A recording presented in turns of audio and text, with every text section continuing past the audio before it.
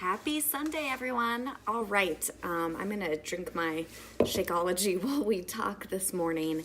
And what I'm going to talk about is overwhelm and how to deal with overwhelm. So I think for me, this time of year is always when I become more overwhelmed or I'm thinking about what can I do to stay focus and not feel so overwhelmed. So when I am getting overwhelmed or feeling overwhelmed, there are usually kind of two things I do to check myself. And I'm going to go over them. But the first thing is I look at, are my priorities clear? Hello, Stephanie. Hello, Marjorie. So I look at, are my priorities clear? And am I saying no to things that aren't in line with what my priorities are right now? And I know that sounds super simple. And so I'm going to give some more examples because I know that for me, that was the piece that really stood in the way for me achieving my goals, for me feeling happy and healthy.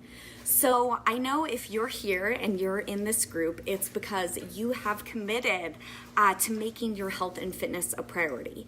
And whether you've taken on the 21-day program or one of our 90-day programs or 3 months programs, you were excited and inspired and you're kind of up and rolling in the holiday hustle, which is awesome.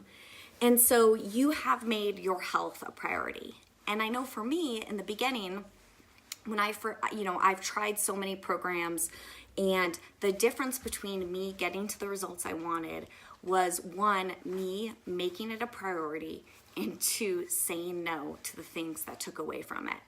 So I'm going to go through some specific examples and tools so that you can do that as well. So the first thing for making it a priority, a clear priority, if I'm feeling overwhelmed, I look and say to myself, okay, what are my priorities in my life right now? Do I have too many priorities? Am I saying yes to too many things? So I go through and just kind of do a check-in.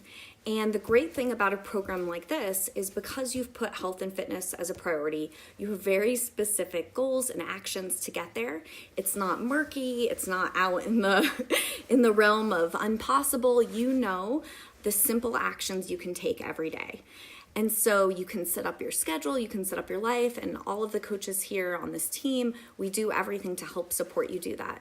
But the difference between at least for me and for others who get to their goals is because they've really sat down and said, okay, is this a priority?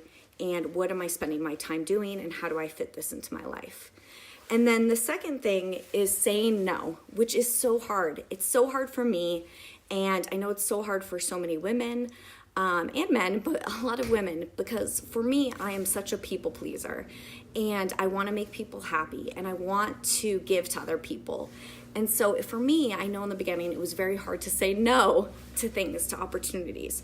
But the great thing about having this program or having specific goals is you can just say for this period of time, I'm going to say no to things that don't align with it.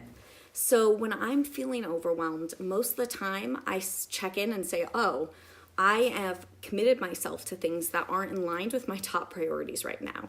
And that's why I feel this way. And then it becomes this really great, and this is where it becomes really exciting, this really great measuring stick for all areas in your life, right? Because when a new opportunity comes up, when someone calls you and invites you to serve on a committee or to go to some type of event, you can look at your priorities and say, you know what, for the next 30 days, I told myself these were the certain priorities I had, and I'm gonna wait on doing those things. And there's so much freedom in doing that. And suddenly you feel lighter, you have so much clarity, you feel like you're able to move faster towards your goals. I really think anyone who has accomplished anything in any area of their life, anyone that you look up to, it's because they have done those two things. They've become really clear about those goals and those actions they need to take, and they've said no. They've become better at saying no to the activities and things that waste their time or aren't in line right then, and that is okay.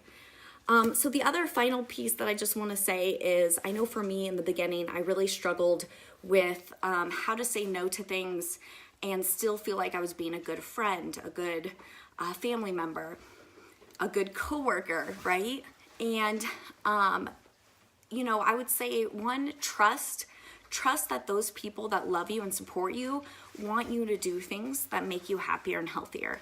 They want you to do those things. And so even though they may in the beginning be a little caught off guard or unsure, as long as you let them know, hey, I would love to serve on that committee in the future. Right now, I've got some priorities that I'm focused on, but let me check back with you in the spring and see where I'm at.